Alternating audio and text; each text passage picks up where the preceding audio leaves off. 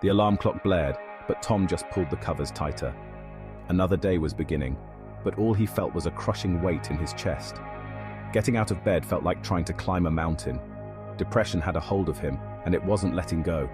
He was trapped in his own silent battle, unable to explain the storm raging within. Tom went through the motions of the day, a hollow shell of his former self. His friends joked and laughed, but their words seemed distant, muffled. He couldn't relate, couldn't connect. Their world felt vibrant and alive, while his was shrouded in a dull, grey fog. Their laughter grated on him, highlighting his own inability to experience joy. He retreated further into himself, pushing away any attempts at connection. His family noticed his withdrawal, but their concerns were met with anger and frustration. They couldn't understand, and he couldn't explain. The silence stretched on, deepening the chasm between them. He felt utterly alone, lost in a labyrinth of his own despair. Days blurred into weeks, each one a struggle to survive. Sleep offered no escape, only a relentless cycle of nightmares and cold sweats. He was exhausted, but sleep evaded him. He was hungry, but food lost its appeal. The world outside his window continued to spin, oblivious to his pain. He watched people going about their lives, laughing, loving, living. He envied them their normalcy, their ability to find joy in the mundane. The walls of his bedroom seemed to close in, suffocating him with their familiarity. The thought of ending it all flickered in the back of his mind, a dangerous whisper promising release. Maybe it would be easier to simply cease to exist, to finally find peace in oblivion. He imagined the relief, the quiet, the end of the constant ache in his soul. But then a flicker of hope, faint but persistent, broke through the darkness. A memory of his younger self, full of dreams and aspirations, surfaced. The thought of his family, their faces etched with worry, sparked a pang of guilt. He couldn't do that to them. He couldn't give up. Not yet. That flicker of hope, though small, was enough to ignite a spark of action.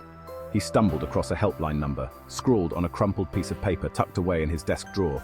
His hand trembled as he dialed the number, his heart pounding in his chest. The voice on the other end was kind, patient, understanding. For the first time in what felt like an eternity, Tom found himself confiding in another human being. He poured out his heart, revealing the depths of his despair, the constant battle raging within. Tears streamed down his face, a release he hadn't realized he desperately needed. The helpline volunteer listened without judgment, offering words of support and encouragement. They spoke about depression not as a weakness, but as an illness, a chemical imbalance in the brain. They assured him that he wasn't alone, that there were people who cared and wanted to help. For the first time in a long time, Tom felt a glimmer of hope. He realized that he didn't have to fight this battle alone.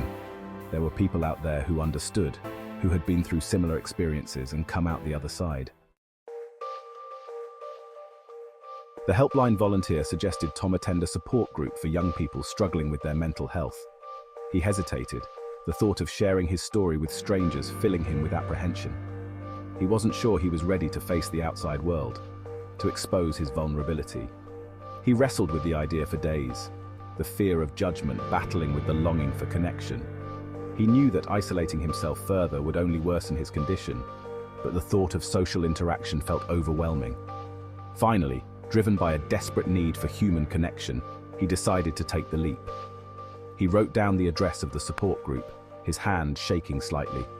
He knew it wouldn't be easy, but he also knew that he couldn't keep living in the shadows.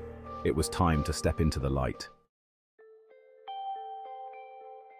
The day of the support group arrived, and Tom found himself standing outside the community center, his heart pounding in his chest. He took a deep breath and pushed open the door. Inside, a group of young people sat in a circle, their faces a mixture of apprehension and hope. He took a seat, his hands clenched tightly in his lap. The group facilitator, a warm and welcoming woman named Sarah, smiled at him kindly. She explained the ground rules of the group: confidentiality, respect, and the freedom to share as much or as little as they felt comfortable with. One by one, the members of the group began sharing their stories. Tom listened intently, his own experiences resonating with their words. He heard tales of anxiety, depression, panic attacks, and self-harm. But he also heard stories of resilience, recovery, and hope. He realized that he was not alone in his struggles. As the weeks went by, Tom found himself opening up more and more in the group. He shared his story, his voice trembling at first but gaining strength with each word. The group listened with empathy and understanding, offering words of support and encouragement. He found solace in their shared experiences, realizing that he was not broken or beyond repair. He learned coping mechanisms, relaxation techniques, and strategies for managing his mental health. He discovered the power of vulnerability, the strength that comes from sharing your story and connecting with others who understand. Tom still faced difficult days, moments when the darkness threatened to consume him once more. But now he had a lifeline, a community of support to help him through. He had found hope in the most unexpected of places, a testament to the resilience of the human spirit. His journey was far from over, but he was no longer walking it alone. He had found his voice, his strength, and a renewed hope for the future, that he is not alone in this journey, and that asking for help is not a sign of weakness but strength.